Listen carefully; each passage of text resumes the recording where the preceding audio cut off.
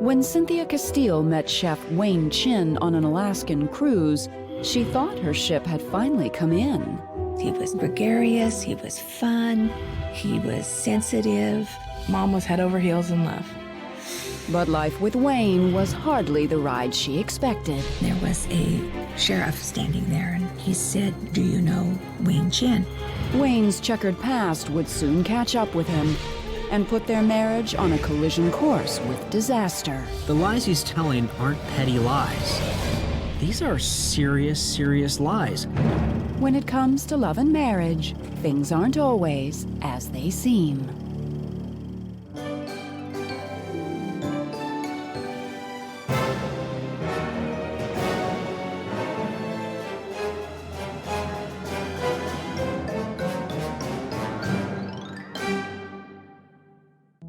Cynthia Castile never planned for heartbreak. She always believed in happily ever after. I'm probably one of the world's best optimists. I love being a wife, so I just figured I would always be married for the rest of my life. But after a devastating divorce, Cynthia's heart seemed forever on the mend. Cynthia's first marriage broke up because her husband had an affair with one of Cynthia's friends. It was very devastating to have that come to an end and then feel like a failure. You know, why couldn't I make it work? 7 years had done little to repair the damage, so in April of 1998, 45-year-old Cynthia left her small town in Oregon to embark on a new adventure. I was speaking with a close girlfriend, and she said to me, "Well, Cynthia, what about, like a job on a cruise ship?" Cynthia found a customer relations position on an Alaskan cruise line. Soon, she was surrounded by new sights, new cities, and a new man, the ship's chef, Wayne Chinn. From the moment they met, Wayne came on strong. I was trying to kind of make a bouquet out of the flowers that was there, and Wayne came by, and he goes, "Oh," he said, "those are pretty. Are those yours?" I said, "No, no one ever sends me flowers." And when I went down to my cabin that afternoon to change my clothes, there was a bouquet of flowers with a card from him. The next day we actually talked, and he told me he had every intentions of making me his wife. I'm looking at him thinking, okay, whatever. Wayne told Cynthia he had learned to cook in the Navy, where he still served as a reserve officer. That made me feel good because he is patriotic. He was doing something to help his fellow man. Wayne seemed perfect, and by now, Cynthia was eager to open her heart again. She called and said, "I've met somebody. We just fell in love." I hadn't had a man pay attention to me in over, 7 years, and he was wonderful. He was gregarious, he was sensitive, he was fun. And Wayne was open about his own painful past. Wayne had been through a very horrendous divorce. He had 3 children, and he had found her in bed with another man, and he had been terribly hurt. I could identify with that because I had been in that position too. But that wouldn't stop Wayne from trying again. In September of 1999, after 1 month together at sea, he proposed to Cynthia. Wayne said, "Come in the cooler for a minute." And then he dropped an emerald and diamond ring in my hand and said, "This is my promise that I'll be faithful to you for the rest of your life." And I was so excited to be able to say, I'm going to be somebody's wife again. But the happy glow of their new engagement didn't last long. Soon after the ship docked in San Francisco, Wayne told Cynthia he had received some devastating news. His 2 college-age children had died in a car crash. They were going to surprise their dad, and that they had been killed in this horrible accident. I remember holding him and him crying, my babies are gone." To make matters worse, Wayne said his ex-wife hadn't even bothered to call. He said he got the news from his daughter's friend and had already missed the funerals. I couldn't believe that somebody would be so cruel as to do this. It was just heart-wrenching. Despite the tragedy, Wayne was still eager to marry Cynthia right away. He said people's lives cross for a reason, and that I was the best thing that had ever happened to him, and that he wanted me with him for the rest of his life. 2 weeks later, Cynthia and Wayne tied the knot in a small ceremony in Cynthia's hometown of Eagle Creek, Oregon.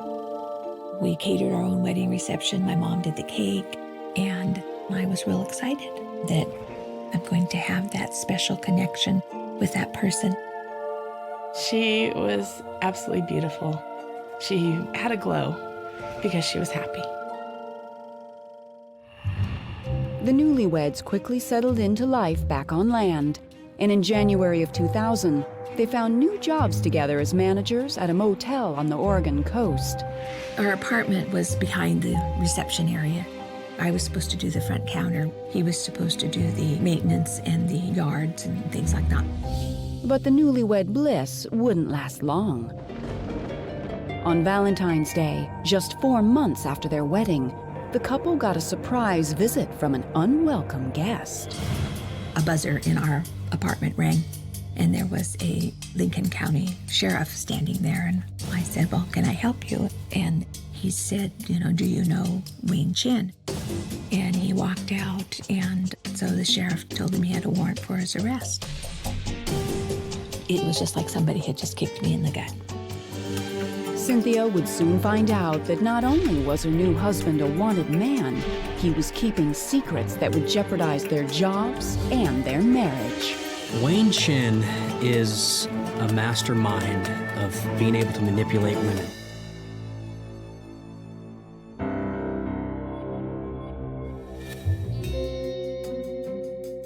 For Cynthia Castile, Valentine's Day of 2000 was memorable for all the wrong reasons. Her husband, Wayne Chinn, had just been arrested, right in the lobby of the Oregon motel they managed. Wayne said, there's got to be a mistake. He told me that our housekeeper and her boyfriend had used a debit card of one of the guests and had signed his name to the card. But after arresting him for theft, police discovered that this was far from his first offense. They ran his name and discovered that he had a warrant out for his arrest from Lewis County, Washington. In Washington, Wayne was convicted of a forgery charge, and the court required him to do a certain number of things. Well, apparently he didn't do those things, and he faced a bail jumping charge. But Wayne told Cynthia there was a logical explanation, claiming a vindictive ex-girlfriend had falsely accused him of stealing her financial information. He told me that he had purchased a car with his previous girlfriend, and then she tried to back out of the deal. But he told me he had taken care of it. He didn't understand why this was happening. He kept saying, I didn't do it, I didn't do anything wrong. But I kept telling Mom, then why has he been arrested? But Cynthia was confident in her man. Cynthia loved him, he loved her, and so she ended up writing checks for $14,000 to defend the man she loves from this criminal charge. 5 weeks later, Wayne was free, and married life was back on track. In April of 2001, the couple found new jobs together once again, this time managing a popular seafood restaurant in a nearby town. We set up a menu where the ocean meets the plate was our little catchphrase. And, and here was a dream come true for both of us. But the dream had one flaw. Wayne often had to leave home for Naval Reserve training. Cynthia would tell me that he was spending the weekend up in Washington. And I'm going, there's no water up there.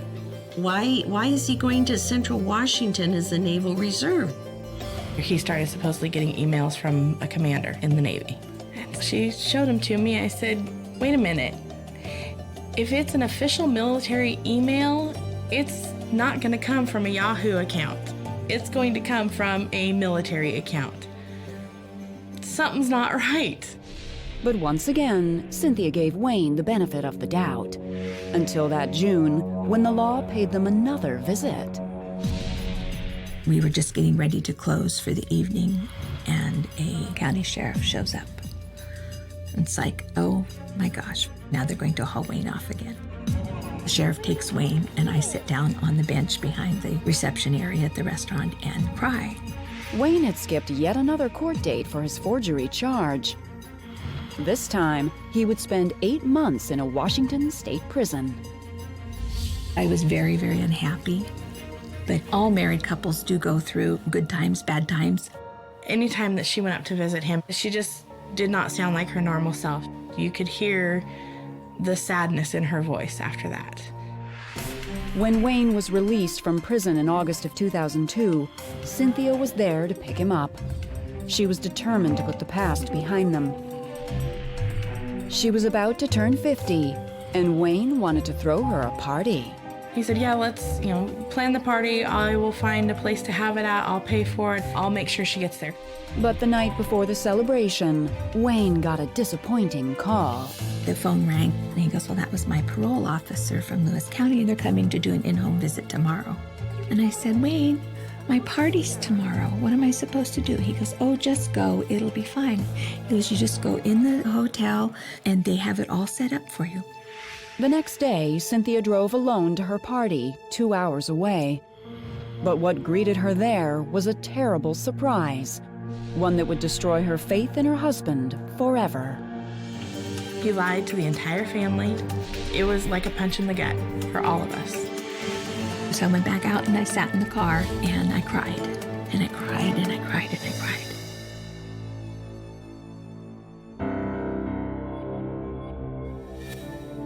It was January 13th, 2003, Cynthia Castile's 50th birthday celebration. Her husband Wayne had planned a fancy party, even though a parole visit meant he couldn't be there.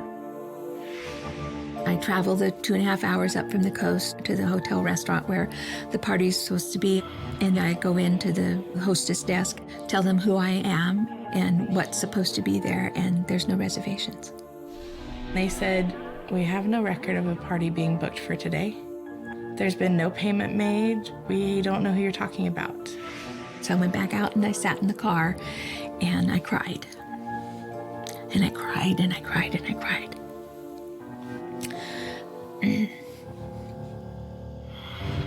When Cynthia returned home, Wayne tried to persuade her the hotel made a mistake. But she wasn't buying it. Her blind faith in Wayne had been shattered.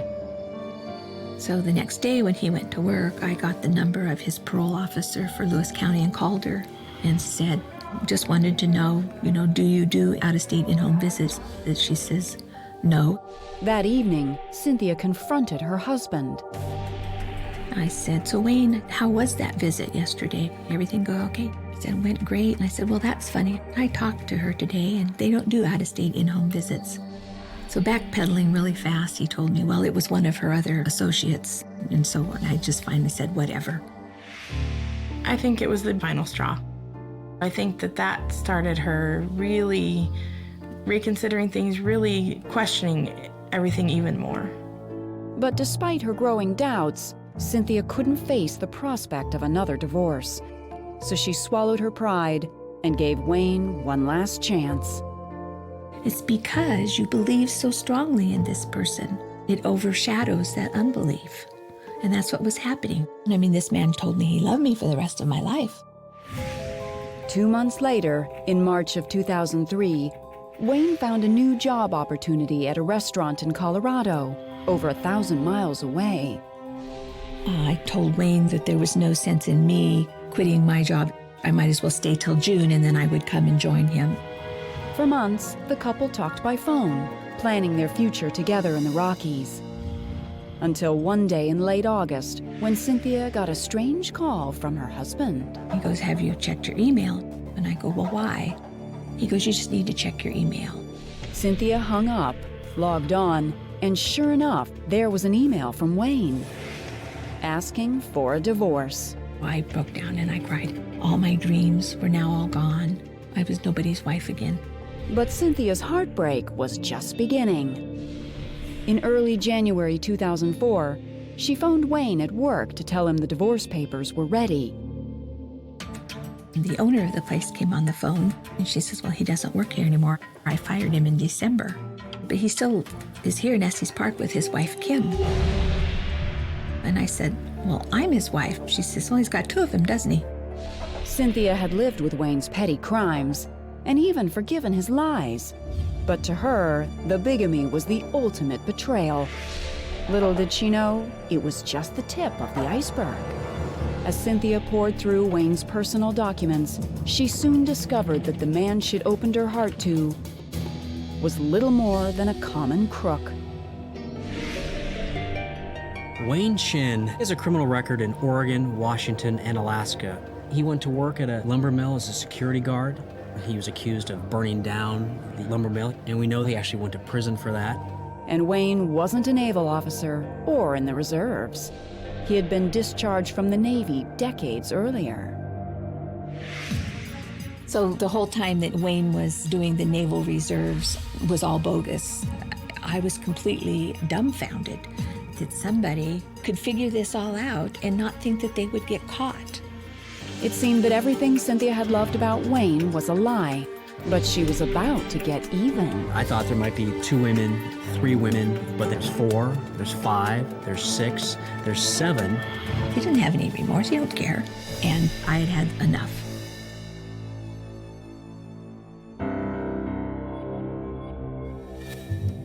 In January of 2004, Cynthia Castile was stunned to discover that her husband Wayne Chinn was a bigamist, living a double life with another wife in Colorado. But that was far from all. Here I was caught up in this web of all this mystery, all these unanswered questions. Cynthia soon learned that Wayne had a long history of manipulating and marrying women. You start looking at court documents and you realize there isn't 2, there isn't 3, there's 4, there's 5, there's 6, there's 7, and that is just the women he's married. Determined to unravel Wayne's lies once and for all, Cynthia reached out to the women in his past. I sat down and I wrote a letter listing all of these women's email address and put all the details of the bigamy. And I contacted the ex-wife and we played a lot of I'll tell you if you tell me. It soon became clear how Wayne won so many hearts. Wayne Chinn is a mastermind of being able to manipulate women. One of the things he says is that he's in the Navy, and that gives him dignity and cachet, and it's one of the things that they're drawn to, a man in uniform. He comes in at the right time, he woos them, he tells them the things that they want to hear, especially in that time in their lives where they feel vulnerable, and then he marries them, and once he marries them, he has access to their finances, just like any husband or wife does. And when things began to get complicated, it seemed that Wayne had a clever exit plan. One of his big cons with one of his fiancées is that he got called up to Iraq. So he goes to Iraq, and while he's in Iraq, he's calling her in the middle of the night when she's asleep because Iraq is on a different time zone.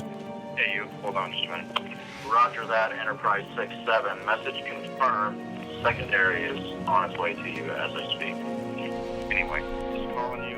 And she's back in this country trying to, keep him supported by writing checks to pay his bills. Meanwhile, he's off somewhere else, married to another woman. So you let this pathological liar into your life that messes up everything, and there's no law against lying. So if there's no law against lying, then how do we stop this person? I investigate a lot of crooks, but usually it has to do with something that's an object, like a car or credit cards.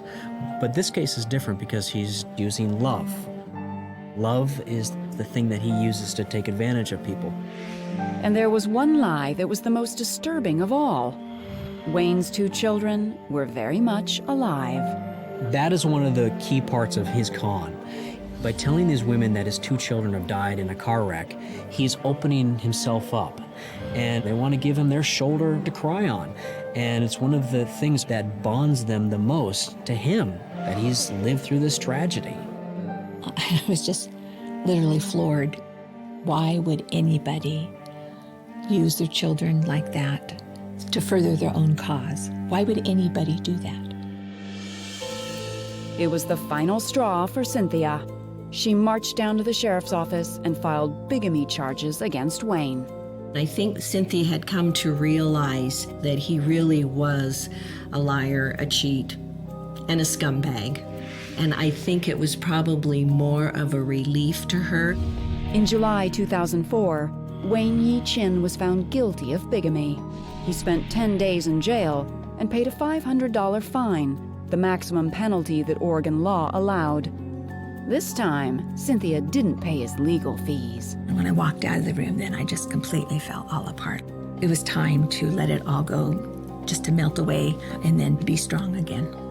Their divorce became official on October 26, 2004.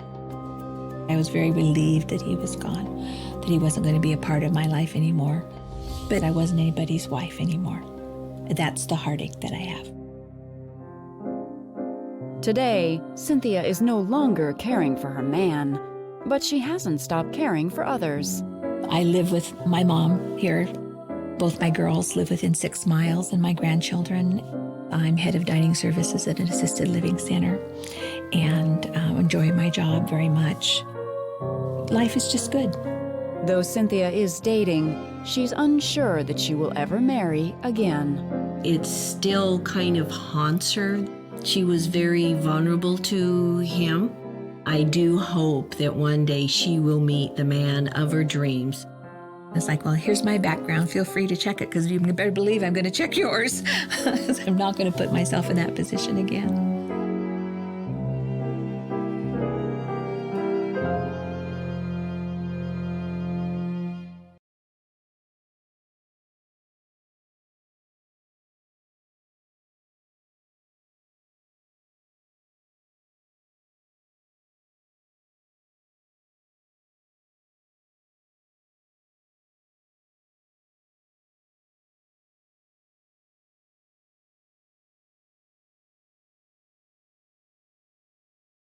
Absolutely.